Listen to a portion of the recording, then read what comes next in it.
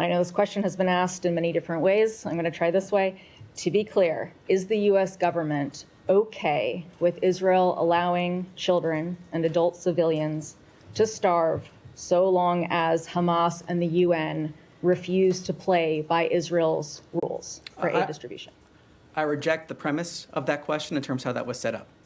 This okay? humanitarian catastrophe lies at the feet of Hamas, who could end this conflict today by releasing the hostages and laying down their arms. Hamas. That suggests that short of Hamas doing that. These kids are dying. Doctors don't have medicine. They don't have fuel. This is something that we have dedicated. The president and the secretary have been dedicated to getting as much aid as we can into Gaza in a way where it's not being looted by Hamas.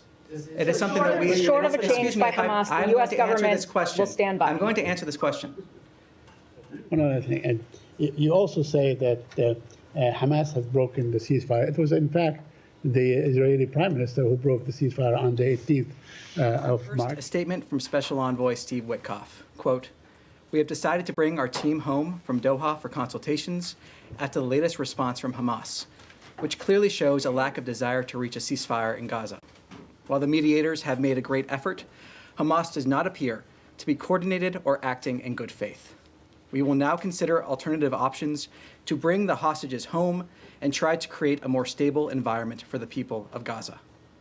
It is a shame that Hamas has acted in this selfish way. We are resolute in seeking an end to this conflict and a permanent peace in Gaza." Yes? Thanks, Tommy. The Special Envoy's statement, does that suggest that the U.S. is pulling out of any sort of negotiating role in the Gaza ceasefire talks? What are these alternatives? Well, look, ultimately the statement speaks for itself, but the question has never been our commitment to a ceasefire.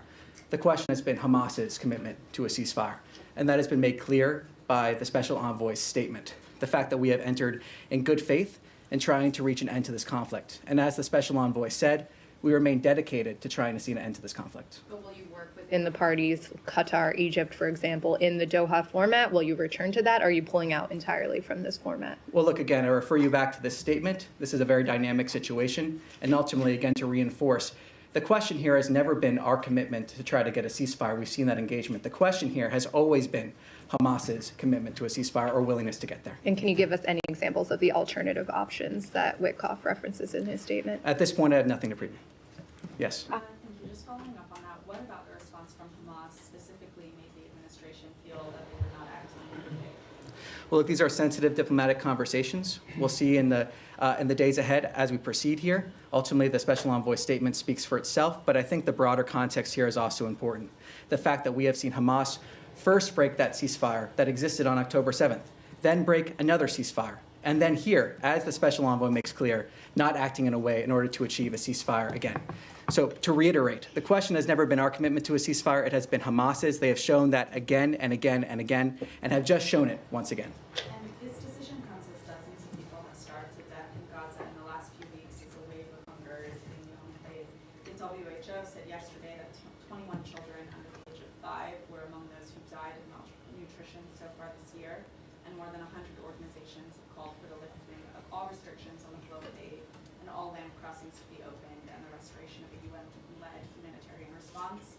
Given this decision today, is the U.S. considering any other steps to increase the flow of aid to Gaza? Are you talking with Israel about them taking any other steps? How do you move forward on the aid? Well, look, ultimately what we have seen us do is the delivery of close to 90 million meals into Gaza during a war zone. The ability to deliver that aid in a way where it is not being looted by Hamas. That is what we have seen. We are, of course, aware, and of course we want to see end the devastation that has taken place in Gaza. That's why we have seen this commitment to get aid to the people who need it in a way where it is not weaponized by Hamas. That commitment remains. It is a commitment from President Trump and Secretary Rubio. That is why we have supported the Gaza Humanitarian Foundation. That is why we continue supporting the Gaza Humanitarian Foundation. That is why we've seen those 90 million meals being distributed. And that commitment, again, to making sure that aid is reaching the people of Gaza that need it. And the first victims of Hamas being the people of Gaza, as is demonstrated once again here. Is the Gaza Humanitarian Foundation a sufficient mechanism for delivering aid to Gaza? I mean, people are still starving to death. Is that enough in the U.S. opinion? Well, as spokesperson Tammy Bruce has said from this podium before, it is never enough in a war zone. It is never enough. That is why we're committed to trying to get as much aid in as possible. That is why we worked for that ceasefire, because of what we are seeing. But aid needs to be delivered in a way where it is not being looted by Hamas. So of course, it is never enough in a war zone, but we're dedicated to getting as much aid into Gaza in a way where it reaches the people that need it as possible. And that's why we were working so hard for a ceasefire. Okay, and sorry, I just have one question on the U.S. citizen that died in Syria, Hossam Soraya. Has the U.S. been able to ascertain any further details around the circumstances of his death? So what I can say on this is, first, in terms of the circumstances around his death, I have nothing to confirm on this front.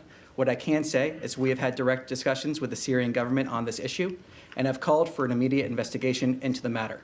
Hossam and his family deserve justice, and those responsible for this atrocity must be held accountable. Yes. Hi, Tommy. I have a quick follow-up on that, and then I have a different subject I want to quickly ask you about, which is very relevant. Doctors Without Borders, internationally known and working with the U.S. for decades, is urgently calling for help beyond the foundation, because 1 in 4 young children and pregnant women, they say, are malnourished, and that it is a policy of starvation.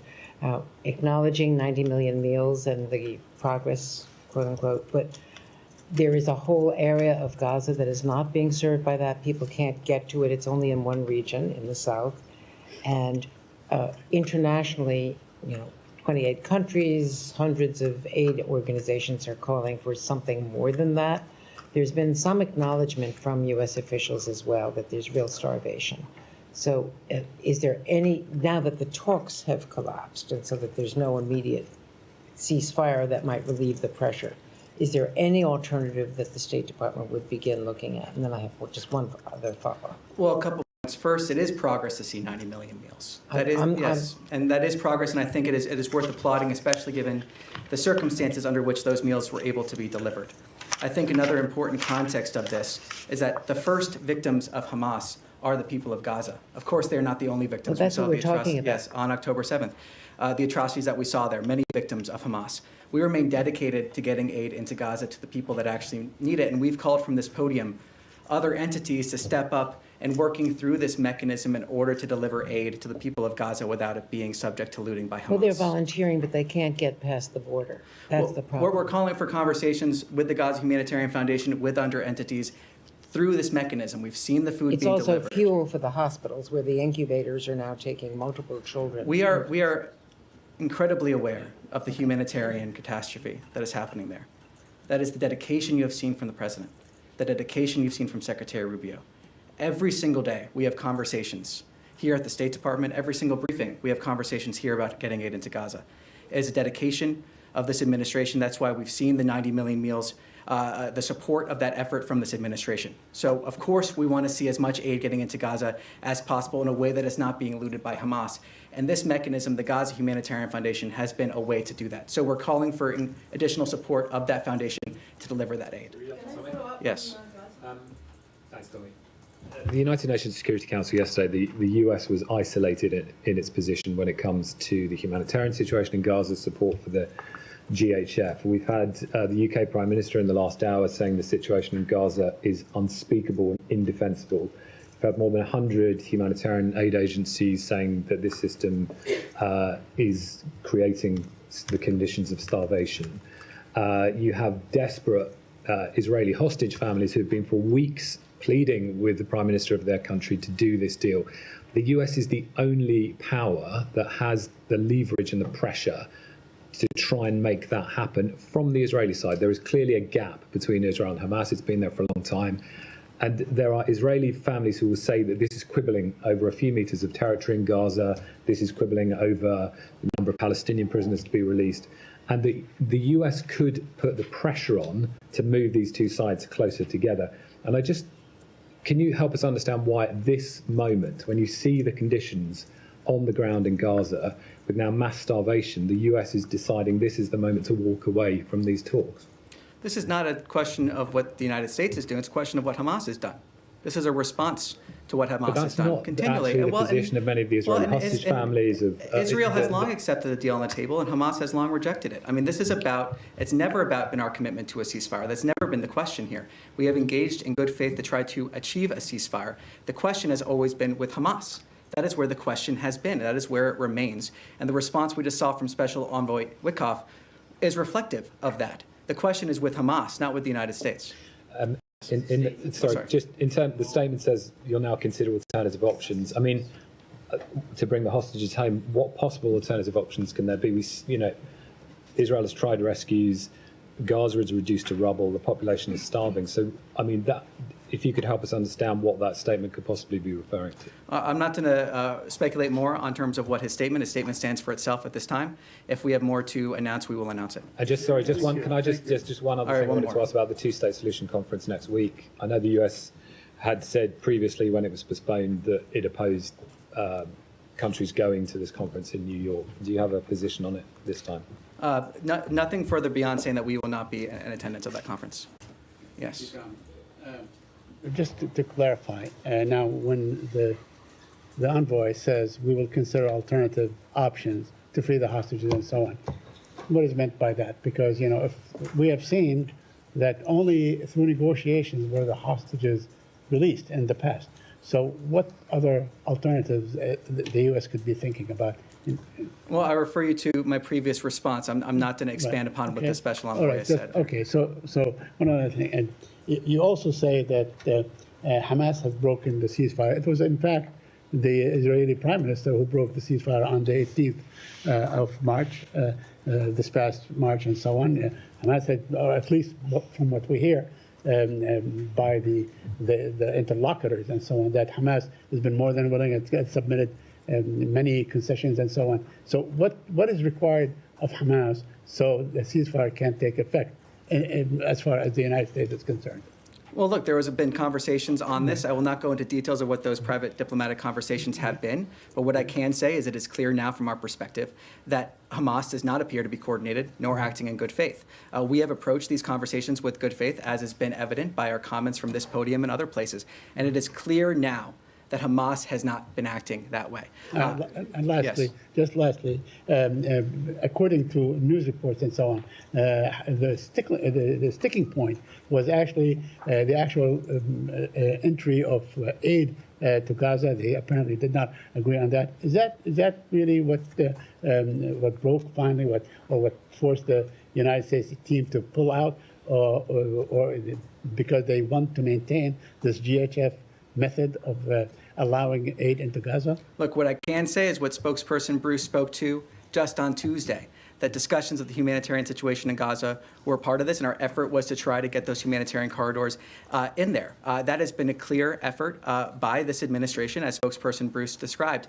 And again, to reiterate, we are seeing aid being delivered despite the actions of Hamas here, and those 90 million meals are to be applauded in terms of that effort. Of course, it will never be enough until we see an end to this conflict, but the entity that is standing in the way of ending this conflict is Hamas. They can release the hostages, lay down their arms, as we have said repeatedly. It is Hamas that is preventing an end to this conflict. I just want to follow up on Gaza.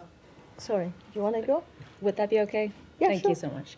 Yeah, Hi. sorry, I signaled she was next there, so I wanted to follow up, but I'll go. Thank you so much. Abigail Hausliner, Financial Times. So I know, to go back to Gaza, I know you all have said repeatedly that the situation and starvation that we're seeing is because Hamas is blocking progress, or you've said because the UN organizations aren't willing to work within the framework of GHF and then that Israel has set for aid distribution. We all acknowledge, obviously, that Israel controls Gaza's borders completely, and it is limiting food to the population because Hamas has not agreed to its terms. I know this question has been asked in many different ways. I'm going to try this way. To be clear, is the U.S. government okay with Israel allowing children and adult civilians to starve so long as Hamas and the UN refuse to play by Israel's rules for aid distribution? I reject the premise of that question in terms of how that was set up. This okay? humanitarian catastrophe lies at the feet of Hamas, who could end this conflict today by releasing the hostages and laying down their arms. Hamas. That suggests that short of Hamas Excuse doing me. that. These kids are dying, doctors don't have medicine, they don't have fuel. This is something that we have dedicated. The president and the secretary have been dedicated to getting as much aid as we can into Gaza in a way where it is not being looted by Hamas. It is something that we... Short of a excuse change me, by if I- Hamas, I'm the going U.S. to answer government this question. will stand by. I'm going to answer this question. We have been dedicated to getting those 90 million meals into Gaza in a way where it has not been looted by Hamas. We have been dedicated to getting aid into Gaza. It is something that the secretary and the president have talked about, worked for. These discussions of getting more aid into Gaza have been part of that ceasefire we are hoping for. But again, the blame of this lies at the feet of Hamas, and that is the fact of the matter. Short of Hamas doing something, changing its behavior, the U.S. government will allow the situation to proceed as is. The U.S. government is supporting an effort to get 90 million meals into Gaza. The U.S. government is supporting an effort to get as much aid as possible to the people that need it without it being looted by Hamas. That is the actions of the U.S. government in terms of supporting that effort, and we call on others to support that effort to get as much aid as we possibly can. Of course, it will never be enough. It is something we are continually working for, to get more and more aid in what ways we can without being looted by Hamas every single day. Last question. Has President Trump seen images of the children or other civilians starving recently this week? What I Has he can been shown speak these to is images? President Trump's comments before that he has said publicly about wanting to get aid into Gaza. Yes. Thank you. The criticism against the Gaza Humanitarian Foundation is basically is controlled by Israel. It's designed by Israel, is controlled by Israel, and therefore is weaponizing the food against the Palestinians. Where before the creation of the GHF, it was 400 points where people can access the food. Yesterday, the Jordanians managed to get 110 aid trucks, including baby formula and including flour. They work with WFP and they work with the World Central Kitchen. So there's an alternative to the GHF.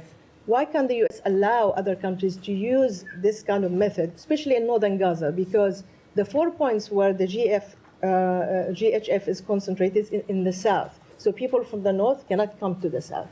So why can you encourage this method? I flat out reject your characterization of Israel weaponizing aid. The only entity that has been weaponizing aid has been Hamas. Through the looting of aid, the weaponization of this population. Can you say both? What we have seen is an effort from the United States government, like I said, to get 90 million meals into Gaza during a war zone. We saw efforts. But that's not enough. We saw efforts to get to a ceasefire that Hamas has decided not to act in good faith to achieve. That is the reality here, and we're continuing to try to get aid into a war zone that exists only because of Hamas.